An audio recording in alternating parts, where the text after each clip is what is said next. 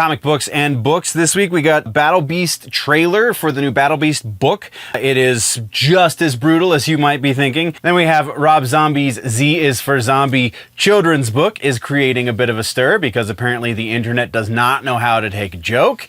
And DC is giving superstar artist Jorge Jimenez his own art book. I'm super stoked about a lot of the things going on in comic books this week. Let's talk about them.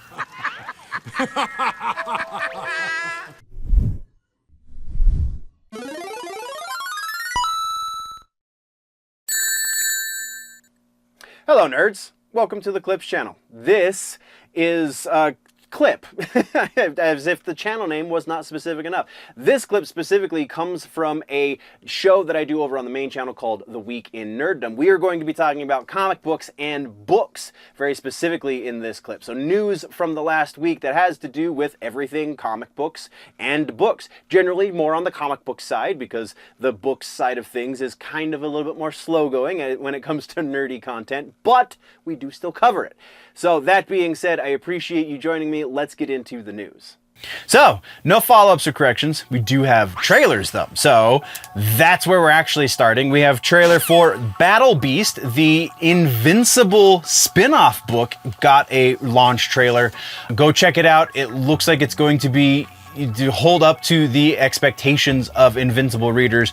Kirkman, I think, has something to do with this. I, again, took kind of crap notes this week, so I apologize. But the trailer looks like it's a lot of fun. I can't remember how Kirkman's related to this one, but I know he is to some degree. So go check it out, and if it gets you excited, then go talk to your local comic book shop and see if you can get it on your pull list, because it looks pretty dope. Honestly, let's move on though. Books, comic books and books this week. Before we get into the regular ass news, because that is where we're going next, a little bit of a thing because I'm trying to expand my coverage of these topics, and books I think has been one that has been lagging a lot recently. I found some new sources, so let me know in the comments section if this is a little bit more what you have in mind for the coverage of the comic books and books section.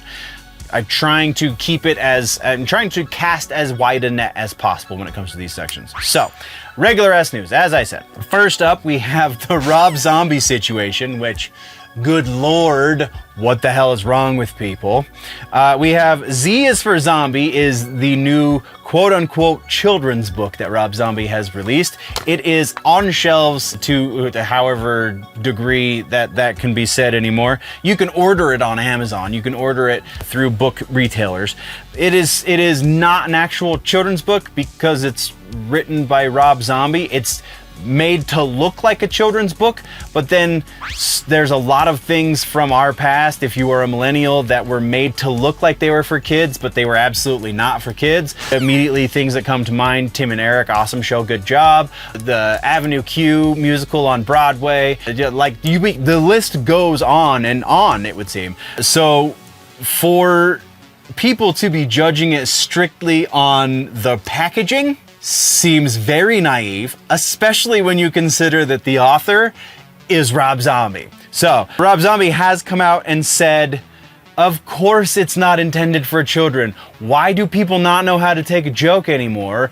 It's a Rob Zombie book. What the hell did you expect? That is definitely a paraphrase, but fairly close to the actual thing that he said recently about the stir that this has been causing. People have been legitimately pissed off that this book exists because it's not actually for children. Why are you trying to market a children's book that isn't actually, that's just scary, and it's got blood and people dying and there's zombies, and this is not for children. This is disgusting. I mean, again, paraphrasing, but pretty close to the sentiment of the people who disagree with the existence of this book. I think one of the comments I read almost got the joke in that they said, well, kudos to the author if this is a joke, but if this is for real, they deserve to be in prison, or something along those lines. Like, this is obviously, like, how are we to the point in our society that we have fragmented to such a degree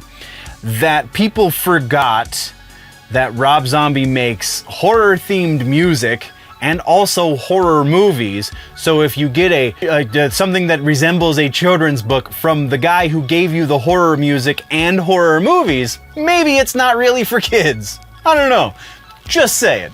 Anyway, that's our first piece. Let's move on. Next up, we have, oh, this one's very interesting because I honestly kind of forgot that these were still going on. So we have an acquisition. We have the company that it was behind Alfred Hitchcock's Mystery Magazine, Analog Science Fiction and Fact, Asimov Science Fiction, Ellery Queen Mystery Magazine, and the Magazine of Fantasy and Science Fiction. That was one company that was behind all of those magazines. They have been acquired by the Must Read Magazines company. It is a division of which itself is a division of a newish publishing company called Must Read Books Publishing.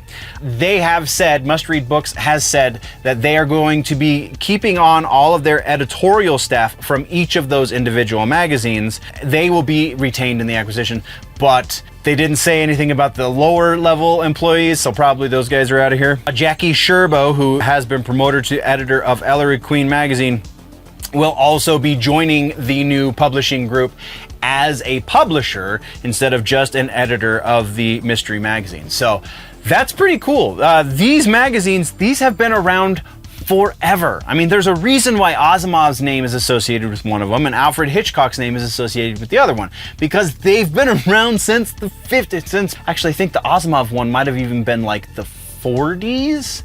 It might have been the 50s, don't hold me to that, but I think it was a little bit earlier than the 50s. I think it was like the 40s or so. Because Asimov's career spanned a great wide amount of time, right? So yeah, the fact that these books are still going and that there is a company out there that is willing to keep them going is freaking awesome. So if you're looking for just kind of a sampling of the hot newness in any of those subgenres, you've got, again, 2 different mystery magazines, 3 different science fiction magazines. Yeah, you pick these up, they publish them, I think it's like once a year or twice a year, and it's got shorts from like the up and comers and some of the new hotness, as it were, in these genres. And like that's kind of that's how I found, honestly, a lot of really great science fiction authors. So go check them out, man. From there, let's talk about... Oh, hey nerds. So, just here to remind you this week that subscribing is great. You should do that. It really doesn't cost you much, and it helps us make this show happen. It also keeps me fed, so that's a good thing too, right? You don't want a dragon to get hungry. So hit the subscribe button, tell all your friends. We've gotten a lot of comments recently talking about how, like, people think we do a good job here. So let your friends know if that's the case, and it really helps us out even more that way. So yeah, there you go. Either way, thank you for subscribing. Thank you for feeding me. Let's get back to nerdy things. Okay, bye. There is a new publisher in books now that is going to be focusing specifically on science fiction and fantasy. The new publisher is the Bloomsbury Archer, which is an imprint of Bloomsbury Bloomsbury Books. They will be publishing everything from speculative fiction to fantasy and a bunch of crossovers and subgenres therein. So science fiction, speculative fiction, fantasy, all of that stuff. It's just this exciting that we have more people getting into the game of publishing printed word in an age where printed word is kind of dying. But these genres of printed word are alive and well, baby. So that's exciting.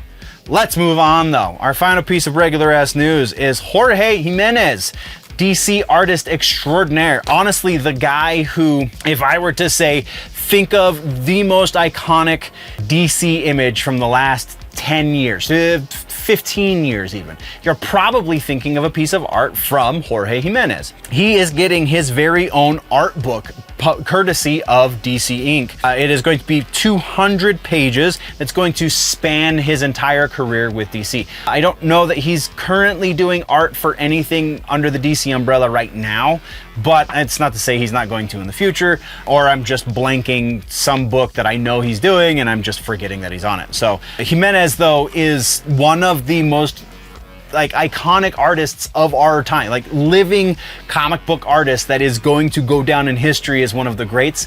That's the dude right there. Yeah, so it will be on shelves. I don't have a date for that. Son of a bitch. Like I said, horrible notes this week. So yeah, it will be on shelves eventually. We'll come back to that. Okay, moving on. Our suggestion this week is a novel, is an older novel. A novel that was printed in 1949. And it was written by George Orwell. We're talking about 1984. Honestly, the only George Orwell book that I can actually sit through, because the rest of Orwell's, the other 8 books, because he wrote a total of 9, this being the 9th, just don't, like, I can't do Orwell. I don't know why. I just don't connect with his writing, except for 1984.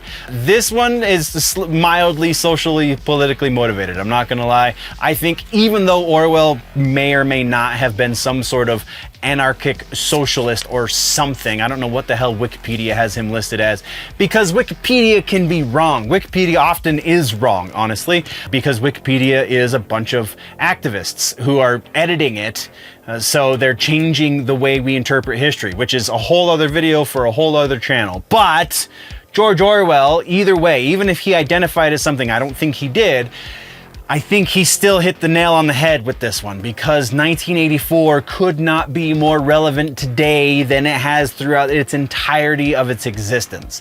This book is super important. And it is super important for people to understand that it's not just one side or the other that is going to be an issue. When you read a book like 1984, you see that everything can go too far. Everything, every belief structure can go too far, can go into territory where it is dangerous.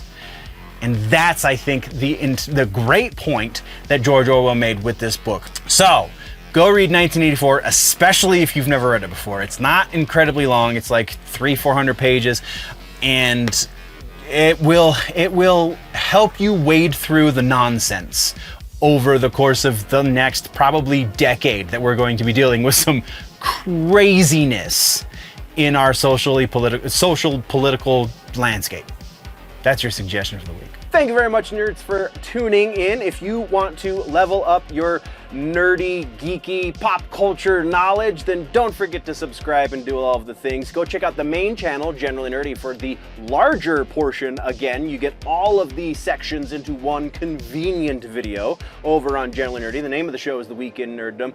Thank you for checking out this clip. We will see you next time. Before we go, though, always remember that if it's generally nerdy, it's probably here.